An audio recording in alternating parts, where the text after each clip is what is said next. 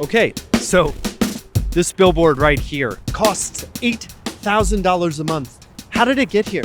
How did I get it? And as importantly, why did billboards win? And can we ever get our roadsides back? They must be arranged to reach consumers in every walk of life as they go about their daily tasks. Before I tell you how this industry grew, I want you to understand the immense value that it has today. Lamar Advertising, the name right there, they're the largest outdoor advertising company that is close to me. We have the largest digital footprint of any billboard company in America or in the world. They've got 159,000 billboards, and they own and operate 5,000 digital billboards. That's ads like these, stuff that plays in 10-second increments 24 hours a day. This one right behind me, it is quoted at $8,000 for 4 weeks. There might be discounts, but that is crazy and a lot of money. Okay, so this billboard is $850 for 4 weeks.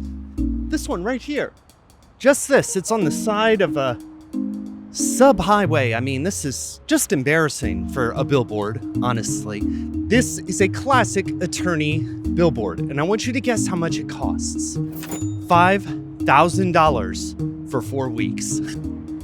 Okay, this billboard right here, this is $4,850 for 4 weeks. And you can see by the label at the bottom that it is also run by Lamar. So how did we get to this? Okay, so I am taking a break from checking out billboards around town because I want to tell you about something. These billboards, they are so easy to put up, but the message is so simple. Well, what if you could create something really easily, but the message was really rich? And that relates to today's sponsor, which is Hostinor. They have this product called Hostinor Horizons, and it's pretty amazing. A couple of days ago, I sat down and I made an entire new website. I submitted a prompt and I watched Horizons build the website for me. The idea is that YouTubers are called clickbaiters. Well, let's celebrate the click nourishers, the people who nourish our clicks. And the site took off and I started getting a lot of submissions. So I wanted to add reviews, which is kind of a big deal. I asked their chatbot Cody to help me figure out the best prompt, and then I made it. Now I can have reviews on my site as well. And then I can go in and make other little tweaks just on the page myself, change that a little, perfect. And I love that you can publish your website instantly. So if you want to check out Hostinor Horizons, I really suggest you do, because all those projects you've been putting off, you can get them started in a weekend, or like me, in a day. It's a one-stop shop for hosting, for email, for websites, everything you need, starting at $6.99 a month. So go ahead and give it a try. You can get 10% off with my promo code PHILEDWARDS, and yeah, hopefully you will be click nourished by it the way that I have been. Thank you to them for supporting this video. Let's go ahead and get back to it. Okay, so if you've been to my channel before, then you've seen this wall already in a video that was about the history of Oreos, but it is also a story about the history of advertising. Wall billboards and bill posters like these were the start of billboards, but they realized the problems pretty quickly. If you think about it, slapping up posters or painting on walls presents two problems for advertisers. It makes anti-posting laws more likely because people don't want this kind of thing everywhere, and it makes their product less valuable because anyone can do it. The first thing the industry did was to say, we can't do this sniping. We can't just post anywhere there's an available space. So that's the first form of regulation. And it really is in direct response to movements for city beautification. Kathy wrote Byways, my top book about billboard history, and it ties together so many threads that help me understand this industry. See, when this billboard was a thing in the early 1900s, these ads mostly worked in urban areas because that's where you had enough foot traffic. But even that drew attention. People started asking why this was a thing, especially as electrification started.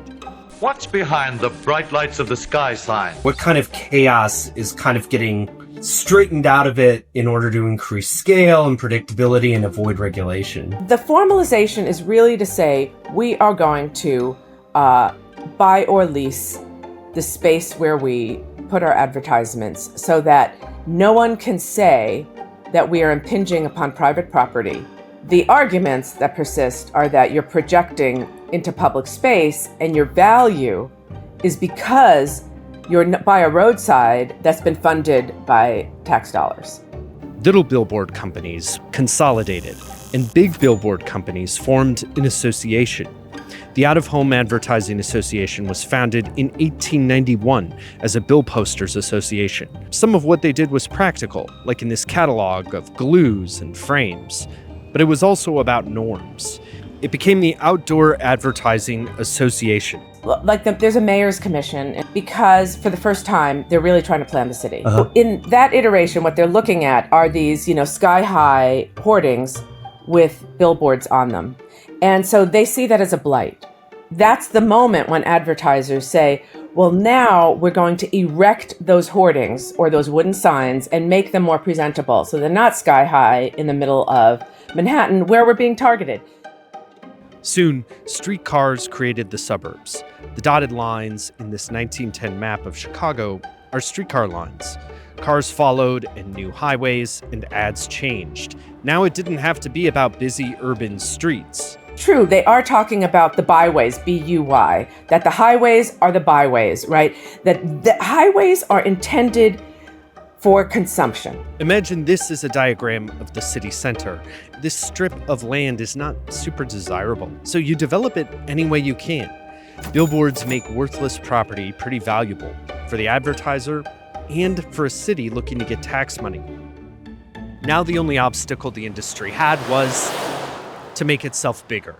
The general outdoor advertising company's poster panels are scientifically placed where motoring traffic is heaviest, along the 122 miles of major boulevards. There you'll find strategically located poster panels. When I bought my 10-second, 4-hour chunk of this billboard, I was tapping into something that the billboard industry had actually invented in the early 20th century. Lamar provides an hourly audience pattern for this billboard to show the traffic timing. Today, they estimate that I reached 4,000 to 6,000 people. That is actually a higher rate than YouTubers typically get paid, all for an ad that you drive by for 5 seconds. I'm not jealous, you're jealous. How did the billboard industry pull this off? Driving home a message, not once, not twice, but many times, by scientifically charting the ebb and flow of populations and traffic. There's this epiphany that really bolsters the industry that it's not merely population size of a town in which a billboard is placed that matters, but the people who are traveling through it in any sort of direction. The urban environment, they get a lot of eyeballs on the signs.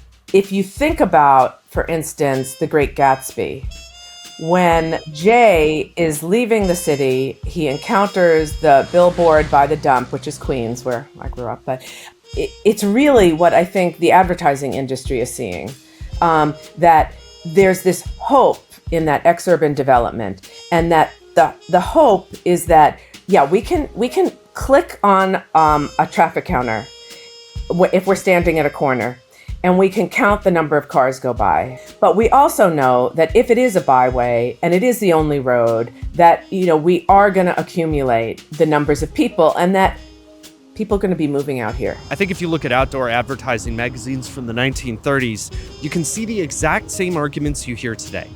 First, nothing new here. Billboards are as old as Egypt. We all benefit from advertising. It's educational. The industry insisted that they cooperated for roadside beauty. They funded studies that, surprisingly, found that people loved billboards. They used standardized sizes whenever possible to avoid regulators and offer advertisers larger campaign.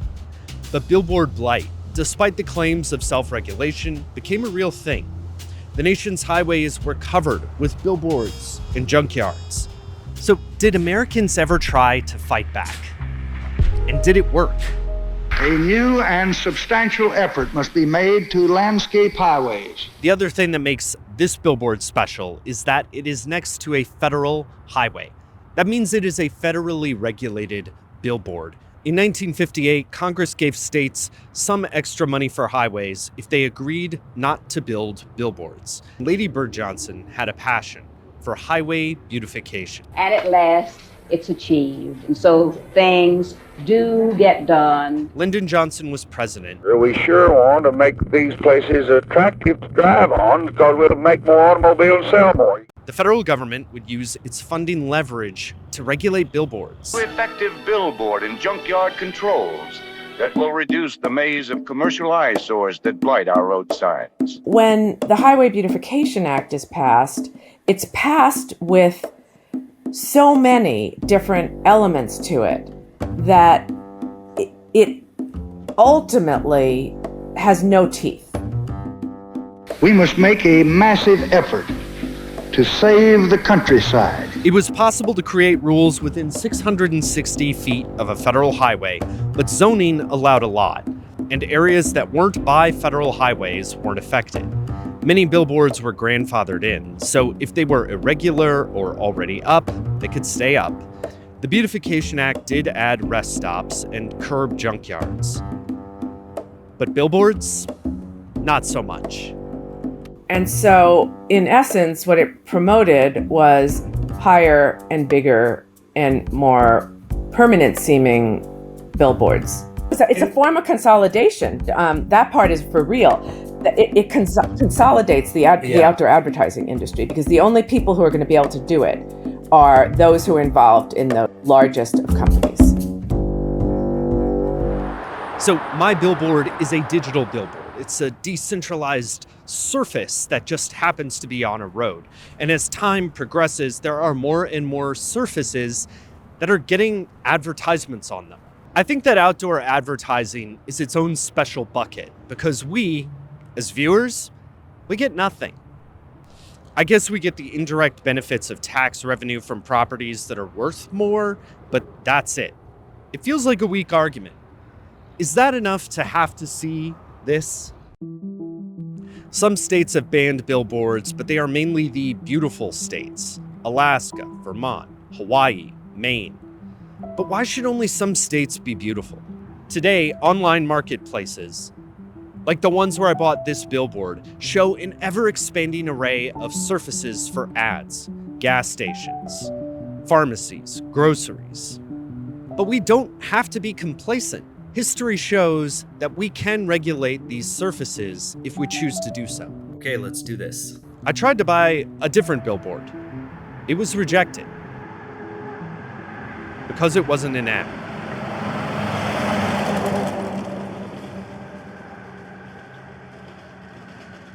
All right, that is it for this one. Thank you for being here. Thank you for watching.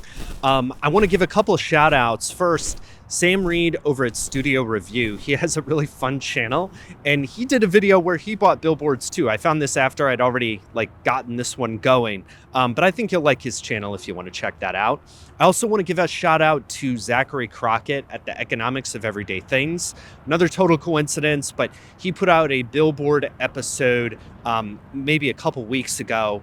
I knew because I listened to every episode of his podcast when I'm folding laundry and stuff. So I think you'll like it too. If you don't know, I have a Patreon where I put out a newsletter that gives you updates and also something that I couldn't fit into the video. And this week, it's a funny one. Have you ever wondered why the Billboard charts are called the Billboard charts? It actually ties to the history of billboards. So yeah, go ahead to Patreon. The newsletter is free. You can subscribe to it. And I think you'll find it to be a really funny story.